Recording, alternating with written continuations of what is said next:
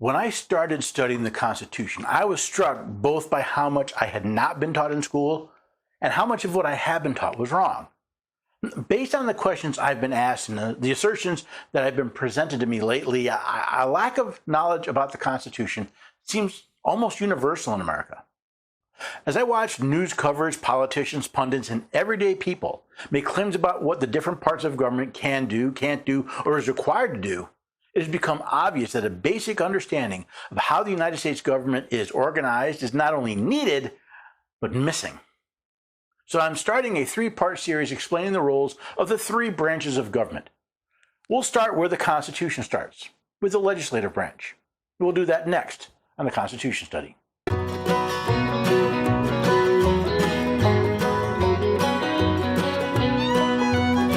the neighbors and have a few good friends. Every day we're everyday Americans. Oh, every day we're everyday Americans.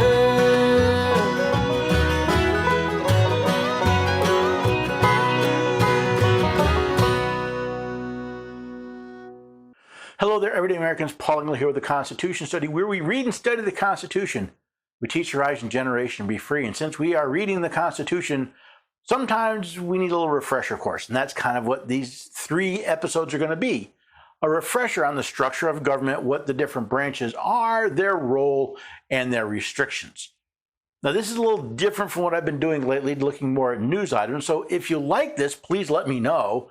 If you have other ideas of things you'd like me to cover, well, let me know as well. You can always comment with this episode or contact me through the website, constitutionstudy.com. But for now, let's get into the role of Congress. One of the most common misunderstandings about the federal government is that we have three co-equal branches of government. As usual, the best lies have a kernel of truth in them. So while it's true that the federal government has three branches, they're not equal. Now, whether you measure by how much space is dedicated to that branch or their list of powers, Congress is by far the most powerful branch of the federal government. Remember the grievance we were all taught was the reason we declared independence? For imposing taxes on us without our consent? Or as it's more commonly referred to, taxation without representation? This is why so many of the powers delegated to the United States are placed in the hands of the representative branch of government. Now, Article 1, Section 1 reads, "All legislative power herein granted shall be vested in a Congress of the United States, which shall consist of a Senate and House of Representatives." Now, what's the legislative power that is vested in Congress? From Webster's 1828 dictionary, we read that legislative is defined as capable of enacting laws. So all the power of enacting laws is vested in Congress, and only Congress. What does that say about those regulations coming out of the executive branch, or the quote-unquote case law coming out of the judicial? We'll talk more about those issues as we cover those branches, but suffice it to say, if it's a law that didn't come from Congress, then it's not a law. The Congress is made up of two houses, a Senate and a House of Representatives. Why two houses? It's actually an interesting story. See, there are two reasons we have a bicameral or two-house Congress. The first is representation. See, the Constitution is a product of a number of compromises. One of them had to do with the representation between the states. Under the Articles of Confederation, we only had a single house in Congress, and that was the original plan for the Constitution as well. It should be no surprise that the larger states wanted representation based on population. That didn't sit too well with the smaller states since, well, they would have less representation in a Congress formed that way. The smaller states wanted equal representation, but the larger states didn't like that because then the people in those states would have an outsized impact on federal legislation. Now, Connecticut delegate Roger Sherman proposed a bicameral legislature with one house apportioned by population and the other apportioned equally between the states. Now, the other reason for a bicameral legislature is something unique to the United States. The preamble to the Constitution reads, "We, the people of the United States, do ordain and establish this Constitution for the United States." Now, while the people ordained and established the Constitution, they did not do it directly. Reading Article 7, we find, "The ratification of the conventions of 9 states shall be sufficient for the establishment of this Constitution between the states, so ratifying the same." Only the states could ratify the Constitution, and according to Article 5, only the states could amend the document. Which means one of the unique things about the United States is that both the people and the states have a vested interest in the government of the United States and should have a say in any legislation. Now, originally, that was the case, but that changed over a century ago. See, from Article 1, Section 3, Clause 1, we read, "The Senate of the United States shall be composed of 2 senators from each state, chosen by the legislature thereof for 6 years, and each senator shall have 1 vote." Why were members of the Senate appointed by the legislatures of the states? Because their purpose was to represent the states in Congress. That is also why each state gets the same number of senators, so the states would have equal representation in the Senate. That was until 1913 and the 17th Amendment. The Senate of the United States shall be composed of 2 senators from each state, elected by the people thereof for 6 years, and each senator shall have 1 vote. In 1913, the states ratified the 17th Amendment, which changed their representation in Congress. Now the senators are no longer appointed by their state's legislature, but elected by the people. This means the states no longer have any say in federal legislation, and the Senate is now effectively just another House of Representatives. The House of Representatives, on the other hand, was always meant to represent the people. From Article 1, Section 2, Clause 2, we read, "The House of Representatives shall be composed of members chosen every 2nd year by the people of the several states." Not only have the members of the House always been chosen by the people, they are apportioned to the states based on their population. Clause 3 reads, "Representatives and direct taxes shall be apportioned among the several states which may be included in this union according to their respective numbers." So we start out with this beautiful balance of representation.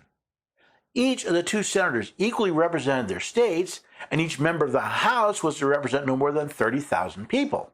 Continuing from Clause 3, "The number of representatives shall not exceed 1 for every 30,000, but each state shall have at least 1 representative."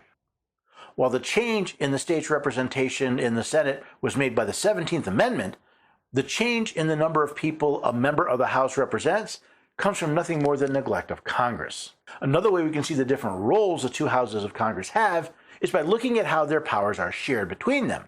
Section 7 of Article 1 starts out, "All bills for raising revenue shall originate in the House of Representatives, but the Senate may propose or concur with amendments as on other bills." As often as we like to complain about the IRS or the president raising or lowering taxes, it's actually the House that drafts the bill to do so. Compare that with the powers delegated to the Senate in Article 2, Section 2, Clause 2. "The President shall have power, by and with the advice and consent of the Senate, to make treaties, provided that 2/3 of the senators present concur, and he shall nominate, and by and with the advice and consent of the Senate, shall appoint ambassadors, other public ministers and councils, judges of the Supreme Court, and all other officers of the United States whose appointments are not herein otherwise provided for, and which shall be established by law."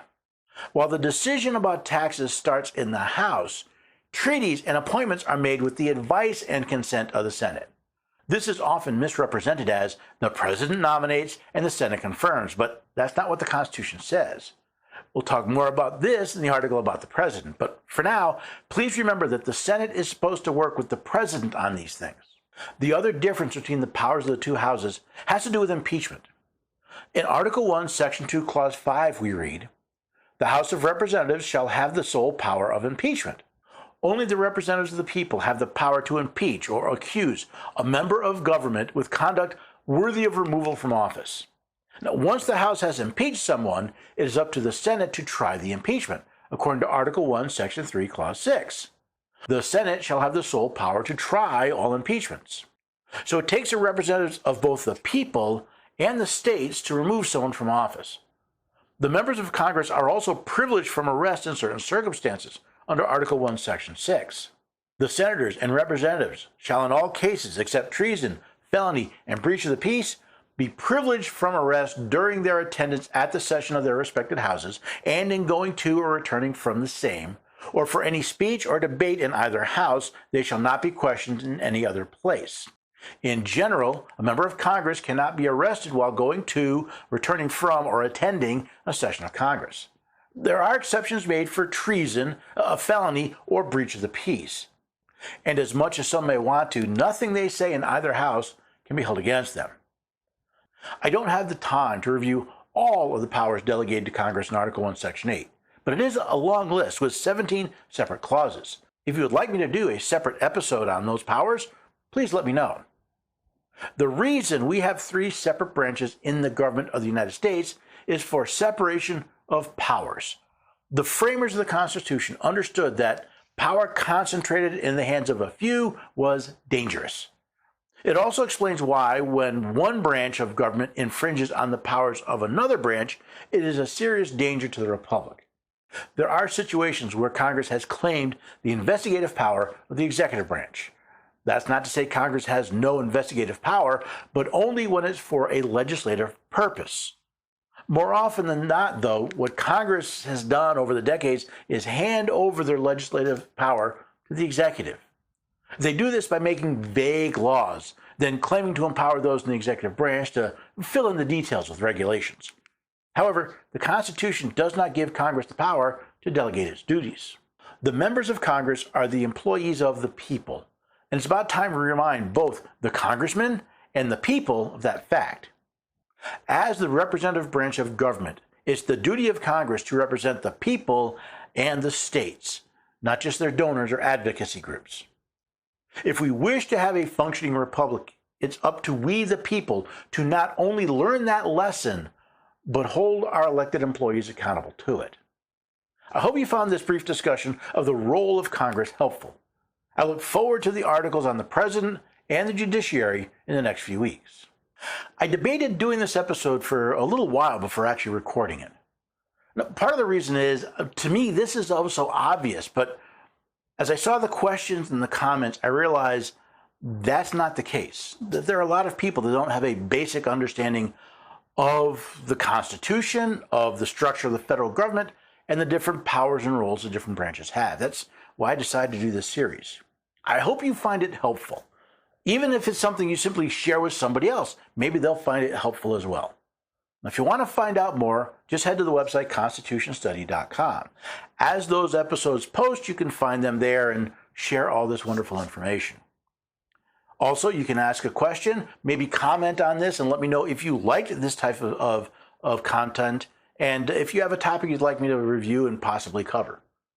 Now, if you can support the work that we're doing, either by joining the Patriots program or just donating to the cause or sharing this content, it would be greatly appreciated. This is how the Constitution Study exists, is by people gathering together and doing the work that needs to be done. Now, I hope you found this worth your time, and I hope you'll come back and join us next time for the Constitution Study. Love